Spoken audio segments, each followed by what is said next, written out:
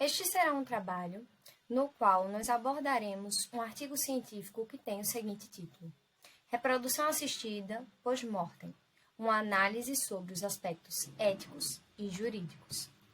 Bom, o nosso grupo é composto por Demétrio, Everton, Moisés, Luísa e Rogério, cuja disciplina é Direito da Criança e do Adolescente, turma 10º período no turno 3, e com o professor Edmilson Maciel.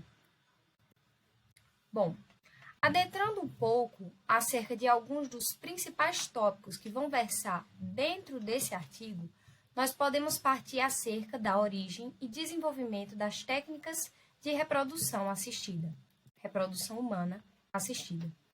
Nesse sentido, é necessário que nós iniciemos essa discussão trazendo alguns questionamentos que são extremamente válidos dentro desta temática. Como, por exemplo, é possível dizermos que os filhos oriundos de uma reprodução humana assistida possuem os mesmos direitos que os filhos que foram concebidos ainda durante a vida do genitor? A partir desses questionamentos, existe uma série de questões que nós podemos adentrar. Nesse sentido, existem pontos relevantes, os quais sejam os direitos fundamentais inerentes à criança. Dentro desses direitos fundamentais, nós também podemos abranger acerca de um debate sobre direitos sucessórios, princípio da segurança jurídica, a qual necessariamente precisa ser assegurada e é assegurada mediante o arcabouço jurídico existente, igualdade entre os filhos, melhor interesse da criança, pluralidade das entidades familiares, isto no sentido da mínima intervenção estatal no direito das famílias, tendo em vista que essas famílias possuem a liberdade do planejamento familiar. E esse planejamento familiar, ele vai incluir, inclusive, a maneira pela qual essas crianças, esses filhos, serão concebidos. Responsabilidade parental, que adentra, inclusive, no tópico já mencionado, acerca dos direitos sucessórios, por exemplo, mas também dos demais direitos fundamentais, bem como dignidade da pessoa humana, que está intrinsecamente ligado com todos esses demais fatores já mencionados. Nesse sentido, a partir do ponto de vista histórico, é possível que a gente consiga extrair algumas reflexões acerca dessa temática. Isto porque, quando se fala acerca de reprodução, é necessário que nós tenhamos uma reflexão acerca de tudo que diz respeito a esta temática, como, por exemplo, a questão do que significa a reprodução dentro de um contexto de sociedade no qual nós vivemos. É sabido que, do ponto de vista social, a reprodução ela tem diferentes pesos e teve diferentes pesos ao longo da história, a depender, por exemplo, do gênero. Em se tratando de homem, a questão da fertilidade poderia ser reconhecida, e de fato era, como sendo uma forma de virilidade, uma confirmação do todo da masculinidade daquele indivíduo.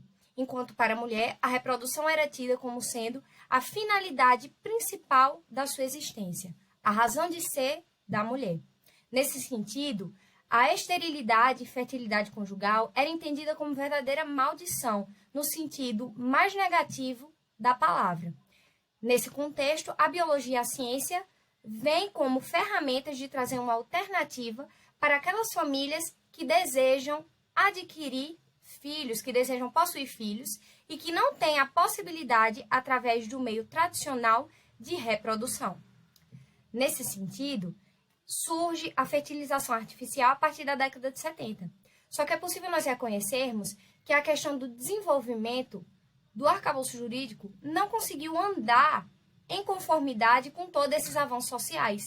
Dessa forma, é possível notarmos que, do ponto de vista jurídico, ainda existe uma grande lacuna que precisa ser preenchida de maneira a assegurar a segurança jurídica para essas crianças, tendo em vista que, a partir da análise dos seus direitos, é possível nós reconhecermos que aspectos éticos, jurídicos e legais no sentido amplo devem ser assegurados, de maneira que esses filhos, em respeito a, por exemplo, o princípio da igualdade, têm a mesma carga de direitos que os direitos das crianças já concebidas por aquele genitor.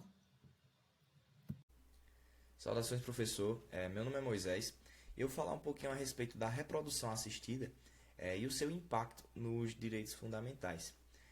Primeiramente, é importante a gente notar que o entendimento dos princípios ele vai ser vital para que a gente possa analisar a reprodução assistida póstuma, sobre a ótica dos direitos fundamentais.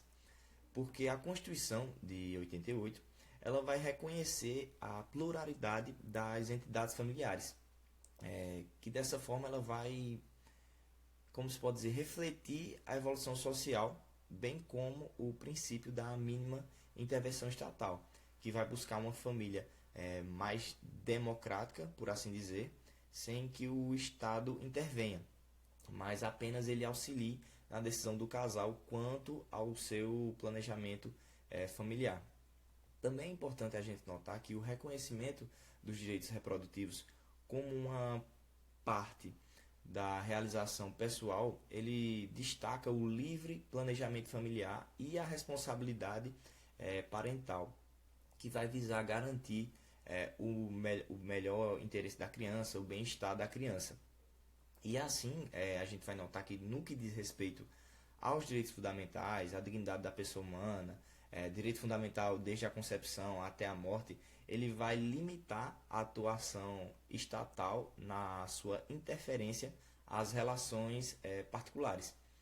E além disso, a Constituição ela também estabeleceu expressamente o princípio da igualdade entre os filhos, independente de sua origem. Que dessa forma a gente vai ter um resultado, a gente vai ter o objetivo de evitar a discriminação que vai se aplicar, a filiação que vai ser resultante de uma reprodução assistida. Porque o melhor interesse da criança ele deve ser o guia para as decisões judiciais e as relações humanas e jurídicas. Porque a gente precisa considerar a importância da não discriminação do menor, independentemente do processo de reprodução usado para gerar aquela criança. Olá pessoal, fazendo uma análise do terceiro ponto do referido artigo, que trata especificamente sobre a questão da compatibilidade da reprodução assistida e a garantia do melhor interesse do menor, podemos destacar o seguinte, que a reprodução assistida post-mortem enfrenta diversas lacunas legislativas e divergências doutrinárias no Brasil, o conflito de princípios, a estrutura familiar, o melhor interesse da criança e a necessidade de uma regulamentação jurídica. São os principais pontos críticos que debatem no referido artigo. As divergências em interpretação doutrinária e a ausência de uma legislação específica e clara, com um arcabouço jurídico claro e específico referente à temática. Pois, diferentemente do que era evidenciado no passado, onde havia uma estigmatização, a monoparentalidade já é uma realidade que deve ser amparada pelo direito, pois deve acompanhar as relações e evoluir junto com elas. A ponderação emerge como uma solução de conflito principiológico, destacando a necessidade de considerar as circunstâncias específicas de cada caso a ser analisado. Já quanto à ordem jurídica em vigor, a evolução das concepções jurídicas sobre a filiação, aliadas ao direito garantidos pelo Estatuto da Criança e do Adolescente, reforça a proteção dos direitos da criança concebida por inseminação artificial post-mortem.